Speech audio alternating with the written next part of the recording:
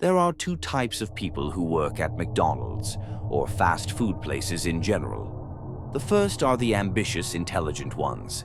Those who work hard, trying to achieve a goal, hoping that one day they'll be able to quit for something better.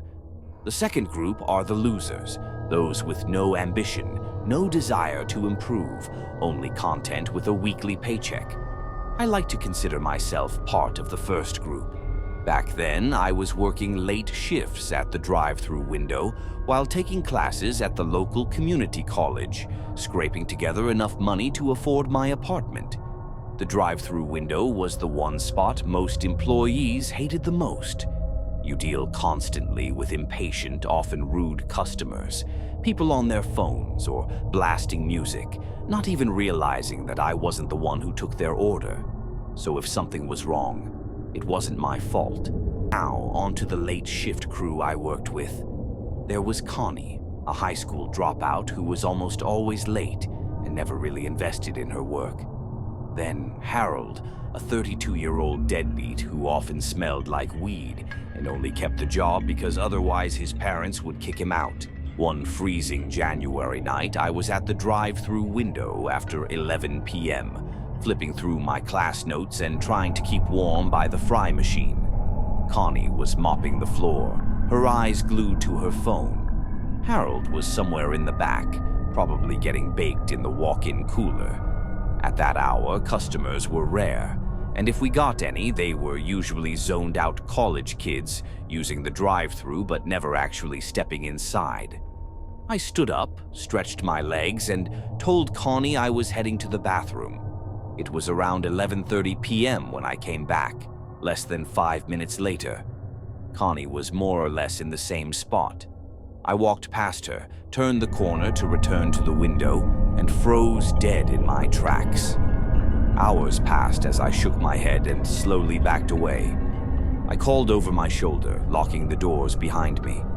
The whole time, this figure didn't break eye contact with me, and to the best of my memory, I don't even remember it blinking. Then it drew back its lips in a sinister smile. And I'm not joking. Its gums were black. I don't mean I was too far away to see clearly. I mean its gums were as black as licorice. It hissed again, louder this time. Its other hand slammed against the window, and it licked its lips with its tongue. That's when a third hand slammed itself into the window. A left hand, just as pale and skeletal as the other two. I lost my mind. Holy shit. I screamed, "Call the cops," and ran back into the office, the only room with a locking door and no windows. I heard Connie scream, "What the fuck?" She dropped her mop and flew across the room to join me. Harold appeared, attracted by the yelling. I shoved past him and locked the office door. I told him to check the security camera. Sure enough, the white-faced figure looked to have 3 hands on the window, tilting its head back and forth, maybe trying to find where I'd run off to. We locked the door and called the cops, explaining there were at least 2 prowlers outside, acting threateningly. I thought the ordeal would end once I called 911. If it was a prank, they'd run off once they realized they'd scared me enough. But it didn't end there.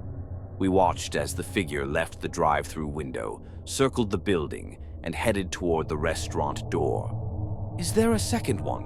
Look for a second one." I panicked, still on the phone with the operator. Connie was freaking out, and Harold was muttering something about not wanting the police involved, probably because he was carrying weed. Then the power went out. Everything. Cameras, lights, phones. The whole building went dark. About 10 seconds after we quieted down, after shouting at each other in the dark, we heard footsteps in the dining room. "Connie, did you lock the doors?" I whispered. She didn't reply. I think she had her hand pressed over her mouth.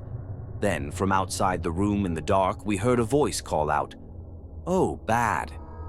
The shout came at least 3 more times, circling from the kitchen right down the hallway where we were hiding.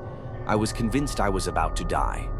Every decision I'd ever made that led me there flashed before my eyes. We heard footsteps past the office. After a few more minutes, the wail of police sirens pierced the night. At any moment, I expected to hear gunfire and officers shouting commands, but none of that came. We waited until the police identified themselves, opened the door, and we ran out into the parking lot. Since the power was down, we couldn't show the cops the security footage.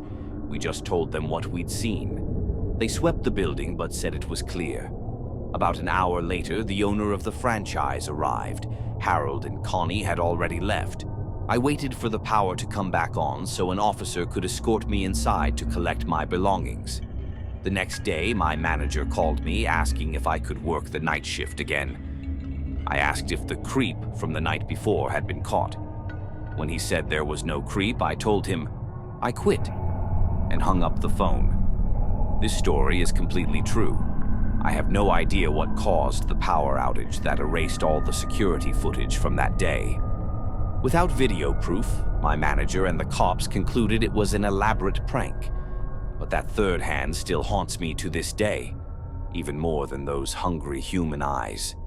Sure, it could have been a prank, but I wish someone would just confirm that for me, so I can sleep again. Keep your windows locked at night, and if you ever hear someone tapping behind the curtains, don't open them.